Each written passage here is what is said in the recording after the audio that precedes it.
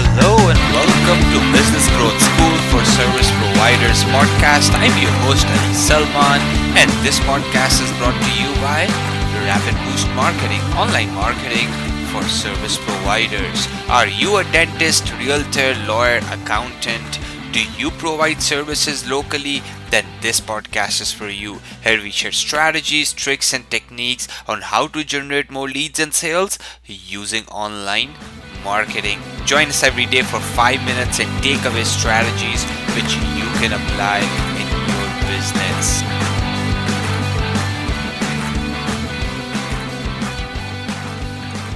Hey everyone, welcome to episode 168 of Business Growth School. I'm your host Ali Salman, and today we are talking about beat your competition even when they have more money using STP approach. So what the hell is STP approach, right? But before I jump into that, our last episode was all about using existing content to gain likes, engagement, clicks, and traffic. Go and check that out at rapidboostmarketing.com/grow. It was a really good episode. We got a lot of downloads, and I think you guys will enjoy it. Whoever haven't listened to it, right? So, how can you beat your and how can you basically beat the big guys, right? Let's say if you're a local dentist and there's a dental group, if you are a new psychologist in town and there's already three practices which have 5 or 6 psychologists, right? So or even a plumber, let's say you start your plumbing business, or you are 3 plumbers but you're competing against someone who has 12 trucks instead of you have 3 trucks, right? So how can you compete against them? What you can basically do is you can use this exact approach which we have applied in our own business, and we have helped our clients apply this. It's called STP approach. What does STP stand for? So S stands for segmentation. What do you mean? What do I mean by that? That means identifying customers and their needs and their wants. First you have to identify the customer, right? You're an accountant. Well, people who are looking for accounting services. Is it personal? Is it business? Okay, well, it's personal. Okay, so now you know that you're identifying customers who have personal accounting needs. Okay. Then the second thing comes in, which is T. It's called targeting. Then what you do is you focus on a particular group or groups among those customers. That is kind of niching down. So what do I mean by that, right? You can focus as an accountant just personal taxes for people who are behind on their taxes. Or you can do, as an accountant, you can have a personal taxes for people who are actually have Airbnb properties. Or you can be an accountant for personal taxes for people who are driving Uber, right? So you're basically targeting among your among the group you identify that they need your services. So you're going even more specific. The P stands for positioning. So we talk about STP, S segmentation, T targeting, P stands for positioning. How you position your service in the potential customer's mind. How you make yourself different to your different from your competitors, and even better, how you make your competitors irrelevant. I mean, we know that Netflix did that with Dropbox, or with the Blockbuster, right? Netflix came in, all the CD, DVD stores automatically basically wiped out. And this kind of disruption has happened. I know that, in Canada, let's say we have H&R Block in personal taxes, and they have, they're every corner and nook, and they've disrupted the personal tax model.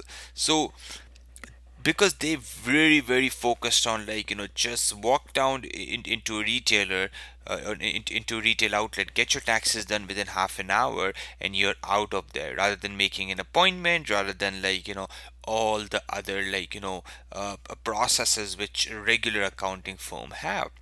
So even the service industry have been disrupted by positioning, new companies coming into the game and positioning themselves properly. Now this is another example, right? This is an example how a psychologist can position themselves. Psychologists can say, okay, well, we can treat, I treat teenagers, but I also, but basically I treat teenagers whose grades have certainly dropped. But I help teenagers whose grades have certainly dropped because they have developed a test anxiety, and and who have developed a test anxiety because they are worried about getting into a good college. Not only that, worried about getting into a good college because their older sibling graduated from a Ivy League school, or top, top 3 or top 5 colleges. So now you are a psychologist who specializes in teenagers whose grades have suddenly dropped, who have developed an test anxiety, who are worried about getting into a good college. Wow.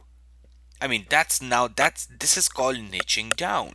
Now, niching down is an amazing way to compete against, big competitors, because they have their positioning set. A local plumbing company cannot just change their positioning, but you can actually become a hot water tank expert, or you can basically become a gas line expert, right?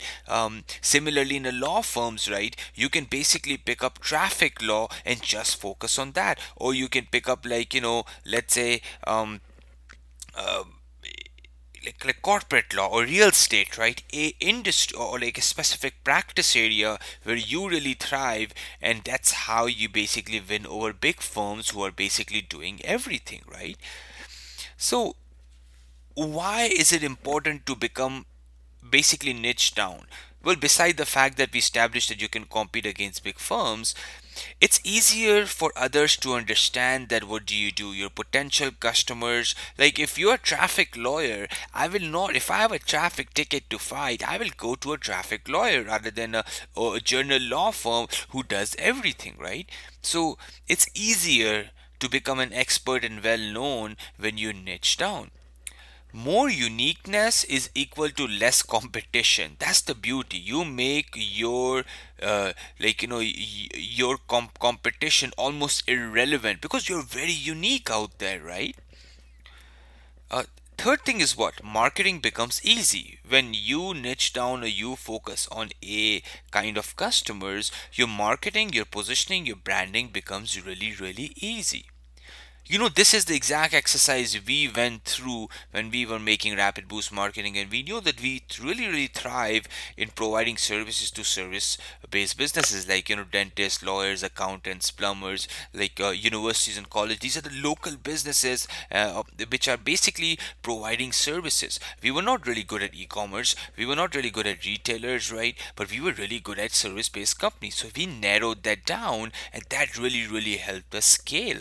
And this is the exact same strategy, STP strategy, we recently applied with a accounting firm, and took them from a very, generic branding that, okay, we are accountants, we do everything, from rather than, very specific, with a different positioning, and, with a different angle to as to what they do. And believe me or not, by changing that, by focusing on the right target market, you grow your service based business explodes. So if you're struggling with, competition locally, or in your market, and some of them have more money, or they are more established businesses, and to genuinely look at how can you focus and niche down, rather than, be basically be everything for everyone, or, like, as I said, jack of all trades, because jack of all trades used to work, but it doesn't work for a fast growth. So I'll catch you tomorrow bright and early. But if you want to access show notes, go and check it out, rapidboostmarketing.com/. Have a good day, guys.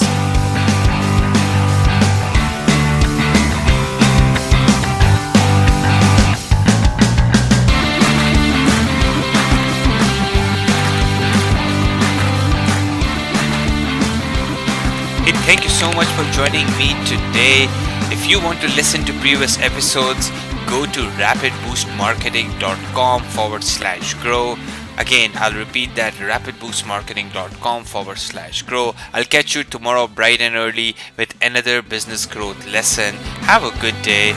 Take care. Bye bye.